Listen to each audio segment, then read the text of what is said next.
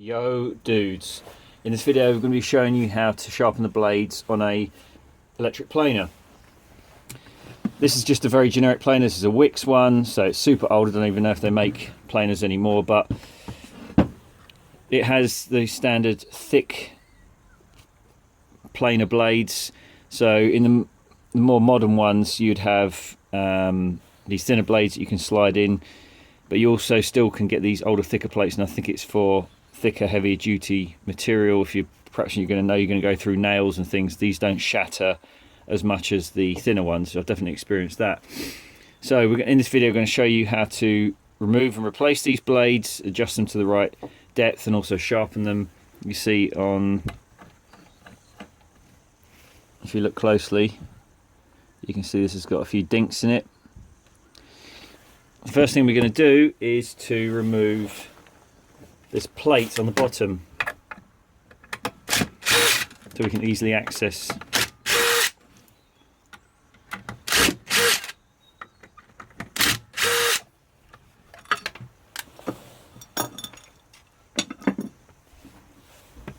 Okay, and then we're going to have to take these bolts off.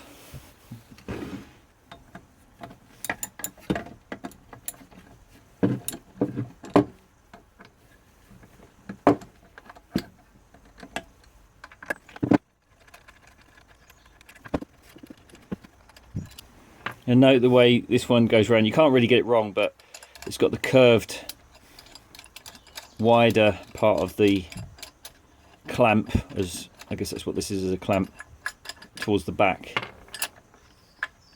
So remember that. And that is the blade.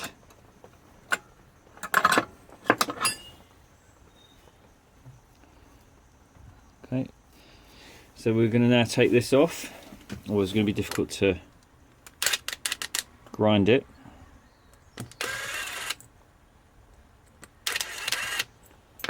Right, now we're ready to grind it.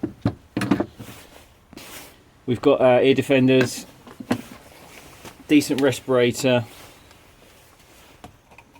eye goggles. Now, but I think more important than that, it's what I don't like about health and safety these days. People think they're safe when they use all this, but the reality is that you could get your fingers caught in there if you're not paying attention. Ultimately, it's your common sense that's going to keep you safe. So if you're somebody who easily gets distracted, or if you're going to keep playing with your mobile phone, if it goes off whilst you're doing this, do not do this, because it is highly dangerous. As you can tell, I'm holding this blade with my fingers very, very close, but I don't mind doing this because I know I don't want to mash my fingers up, so I'm focused 150%.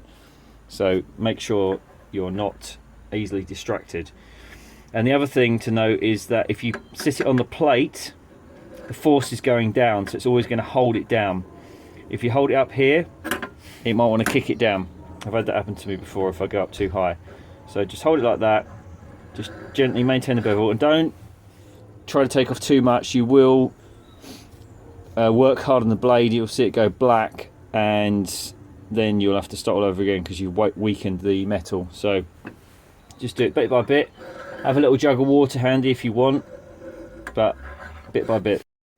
I guess you may or may not be confident in doing this, or you may not even have a bench grinder. They're dirt cheap. You can get one like that for about 20 to 30 pounds even this day and age. So what you're looking for is to just, again, like with sharpening a lot of things, just maintain the bevel that's already set on there, because that's the ideal bevel for cutting. And you want to keep a straight edge along there, so you're going to have to be very careful.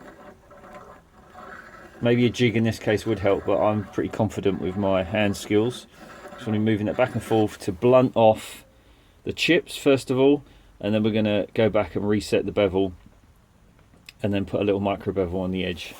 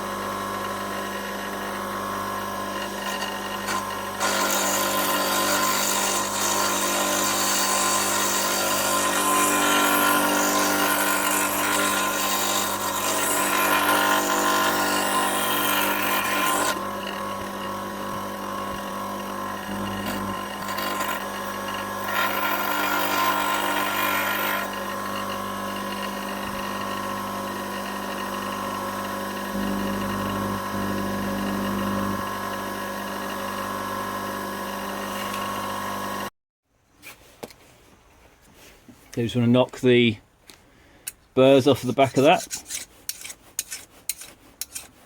When you're filing, you also be pushing away and not drawing it back and forth, because then you run the risk of blunting the edge again. I showed you earlier in the video, you could see that light just catching on the edge of that. That's my little micro bevel, and in theory what you should be able to do is just keep quickly running a file or running it on the grinder. You wouldn't have to reset the entire bevel, just take the little edge off of that and you're back to sharp again. So the thing now is we've got to reassemble it all, and there isn't really any way around this because it's very complicated. I'll explain quickly why. If you were to put your clamp back on there, you have no way really of judging where that's supposed to sit, so that when it's on the dial 0 here, it's going to cut 0.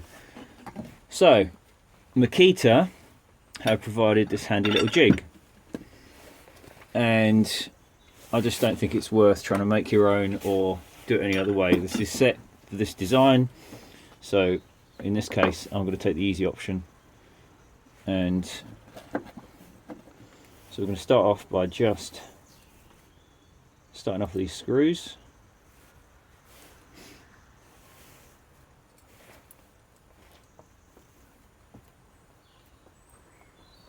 And all you need to do is set that on there like that,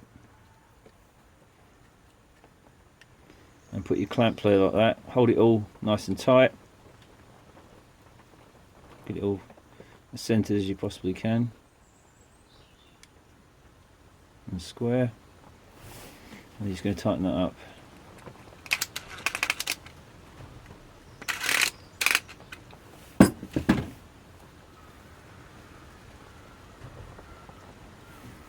Just redo that one just to make sure.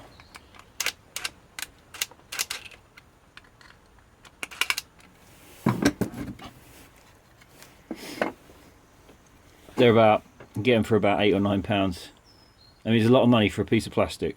It probably costs about 10p to make, but got to think about your time, what you want to spend your time doing. So that's just going to sit in there like that, and I'm going to put my clamp back on and set my bolts in place.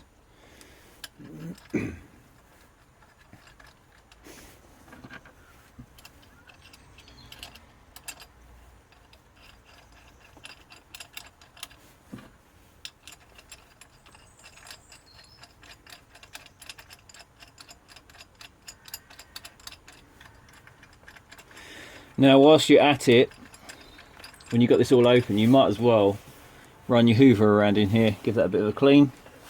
I'm going to do that in a second.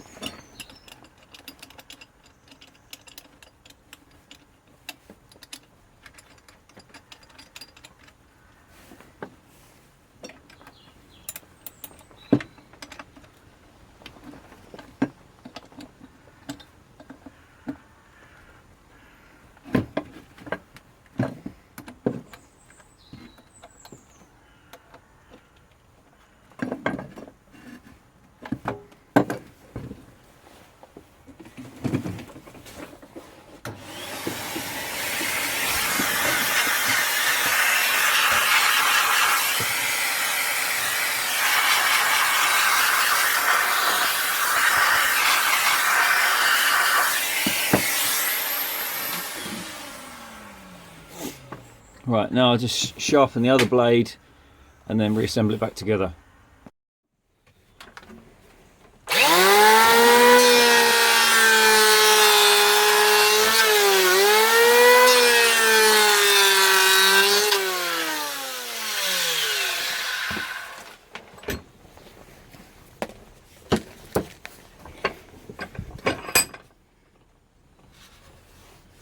Okay, I'm happy with that. Hope this was useful to you guys. Subscribe and like. I'll be making lots more videos on tools and fixing stuff. So see you on the next one. Cheers.